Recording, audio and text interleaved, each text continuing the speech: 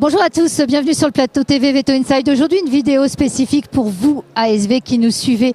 Et une autre quand même de marque pour cette vidéo. On va parler du rôle de l'ASV au bloc chirurgical. Et j'ai le plaisir d'avoir convié pour vous le docteur Camille Bismuth, ma consoeur spécialiste en chirurgie, une des grandes spécialistes du foie qui exerce donc dans le service de chirurgie du CHV Frégis. Bonjour Camille. Bonjour Valérie. Bon Camille, toi, on t'a vu opérer des cas vraiment hyper compliqués. Les chiens de portosystémique, c'est ton quotidien. Les chirurgies interventionnelles, avec la team du service de cardio de Frégis, c'est aussi ton quotidien. Tu fais des chirurgies très, très complexes, Camille. Et les ASV sont essentiels aussi pour t'aider au bloc opératoire. Bien sûr. Sans elles, ce serait compliqué, voire pas possible. Et donc, leur rôle est extrêmement important. J'ai envie même de dire plus l'intervention est compliquée, plus leur rôle est important. Alors, on va d'abord parler de la maîtrise de l'organisation de l'intervention parce que c'est là que les ASV interviennent aussi au bloc pour vous aider, vous chirurgiens. Est-ce que dans ta pratique, il y a des grandes étapes de l'organisation de l'intervention qui sont réalisées par les ASV au CHV Frégis justement? Alors bien sûr, elles ont un rôle, encore une fois, qui est très important. Elles vont réceptionner l'animal au bloc opératoire, elles vont vérifier avec nous. On a toute une liste, bien évidemment, une checklist de points à vérifier qui vont de la mise en place du cathéter au bon endroit, à la bonne patte par exemple, et également vérifier que les analyses ont bien été réalisées, que les examens complémentaires ont été réalisés.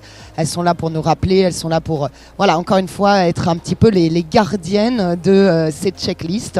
Et derrière, elles vont nous aider au bloc opératoire pour la mise en place de l'animal et également pour l'organisation du avant, du pendant et du après, le devenir de l'animal après la chirurgie. Tout ça, ça fait partie de leur rôle et ce sont des maîtres du temps, si on peut les appeler comme ça.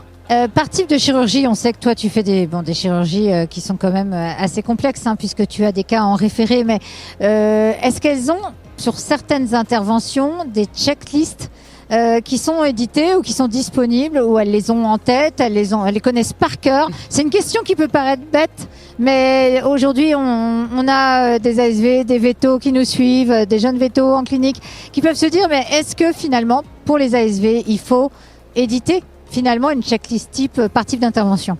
Alors globalement, c'est plutôt une bonne idée, bien qu'on a certaines ASV qui maintenant, ça fait très longtemps avec qui on travaille. Mais en fait, au bloc opératoire, c'est comme en humaine. On ne peut pas se permettre de ne pas avoir de checklist, de ne pas faire attention à tout. Comme je disais, la préparation de l'animal avant et également au bloc opératoire, compter des compresses tout simplement, savoir combien il en reste. C'est des choses en fait qui sont primordiales. Donc en humaine, ils font des checklists.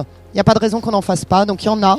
C'est certain qu'il y a beaucoup de nos ASV qui fonctionnent à la mémoire parce qu'elles ont tellement l'habitude, ça fait tellement longtemps qu'on travaille ensemble. Mais quoi qu'il arrive, la checklist est toujours présente, encore une fois, avant, pendant et après. Alors, en humaine, on connaît bien le sujet. Les maladies nosocomiales, c'est un sujet qui est quand même assez... On tente de le maîtriser au maximum, en tout cas. En vétérinaire, on est aussi concerné. Est-ce qu'il y a des conseils que tu donnerais aux ASV parce que c'est aussi de leur ressort d'éviter les maladies nosocomiales, et on sait que surtout dans des services soit de cliniques de référé, de CHV, mais même dans des cliniques généralistes, quand les cas s'enchaînent, il y a quand même des précautions à prendre. Effectivement, il y a des grandes règles qu'on applique, mais en fait souvent c'est elles qui nous les rappellent. Encore une fois, elles ont un rôle vraiment très important. Elles vont bien évidemment faire attention à tout le matériel, au nettoyage des blocs opératoires également. On les prévient dès qu'on a des cas de maladies nosocomiales, ça peut arriver, des infections de plaies. C'est des animaux qui sont isolés, on les manipule d'une certaine manière, on met des gants, on met des blouses, ce sont des zones extrêmement restreintes. Tout ça, elles le connaissent. Elles ont des protocoles de désinfection, de fumigation dans les blocs opératoires.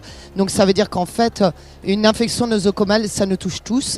Et c'est pas rigolo globalement, et on implique tout le monde, et effectivement on est impliqué, nous ça nous touche directement bien évidemment, on implique le propriétaire parce que l'animal est porteur d'une bactérie qui peut potentiellement être transmissible, et les infirmières sont bien plus impliquées dans la gestion des locaux, du matériel et dans la manipulation des animaux. Il faut être très très vigilant. Donc oui, on a des procédures sur les maladies nosocomiales, tout à fait. Évidemment, donc hygiène chirurgicale, bon ça on connaît bien les règles, mais est-ce qu'il y a alors, c'est une question qui peut paraître bête, mais qui n'est pas forcément, est-ce qu'il y a des chirurgies sur lesquelles les ASV doivent être encore plus en alerte que d'autres? Bien évidemment, tout ce qui est pas de mon domaine, mais du coup, ce qui va être les implants, c'est-à-dire notamment les prothèses totales de hanche, qui sont des chirurgies qui sont extrêmement lourdes et pour lesquelles une infection peut être gravissime. On laisse des implants métalliques dans l'animal. Et donc, c'est vrai que ces chirurgies-là sont préparées très longtemps à l'avance. Donc, c'est pas moi, c'est mon collègue, le docteur Ragatli, qui fait ce genre d'intervention. Mais en tout cas, quand on a une prothèse totale de hanche, je peux vous dire que tout le monde est au garde à vous. Les blocs sont nickel et la manipulation de l'animal, la tonte de l'animal, la préparation de l'animal, tout, encore une fois, avant, pendant et après, est fait pour éviter ces maladies nosocomiales sur ces chirurgies très lourdes et notamment la prothèse totale de hanche. Et concernant la préparation du bloc chirurgical, est-ce qu'il y a des conseils spécifiques que tu donnerais aux ASV? Alors, elles sont formées déjà à ça, mais est-ce qu'il y a des choses en particulier, des erreurs que tu peux voir chez des ASV qui débutent, qui sont au début de leur exercice et qui commettent certaines petites erreurs et qu'il faut savoir rectifier rapidement? Tout à fait. Alors principalement, on va être très vigilant sur les fautes d'asepsie. Donc ça, c'est très important quand elles nous ouvrent le matériel ou qu'on prépare les tables, qu'on drape les animaux. Donc il y a des règles, des distances de sécurité. Donc ça, c'est des choses où en fait, on a un système comme ça à Frégis. On travaille énormément sur le mentorat. C'est-à-dire qu'on a toujours une jeune infirmière qui est avec une plus ancienne. Et donc tout est transmis comme ça. C'est beaucoup plus parlant qu'une liste de choses. Mais bien évidemment, on a toujours ces fameuses checklists qui nous permettent, voilà, les infirmières, quand elles arrivent au bloc opératoire, savent ce qu'elles doivent faire à l'avance et ce qu'elles ne doivent pas faire. Des erreurs d'asepsie, ça arrive sur des ouvertures d'instruments. Ça arrive, ça nous arrive à nous, ça arrive à eux et il faut en discuter, expliquer le pourquoi du comment et corriger les choses derrière. Mais l'avantage vraiment de ce mentorat entre les plus jeunes et les plus anciennes, et les plus anciens et les plus jeunes également, c'est hyper important en fait. Oui, et ça, on parle de toi, tu es à Frégis, mais ça pourrait s'adapter à d'autres structures, quelle que soit la taille de la structure. C'est que c'est vrai qu'on gagne énormément de temps et en termes de confiance même et de qualité de résultat à être mentoré par quelqu'un qui a l'expérience. Bien évidemment, c'est sûr que le mentorat, ça marche pour tout. Nous, on a nos résidents, nos assistants en chirurgie. C'est pareil pour les infirmières. Effectivement, il y a différents niveaux, si je puis dire, au niveau des ASV.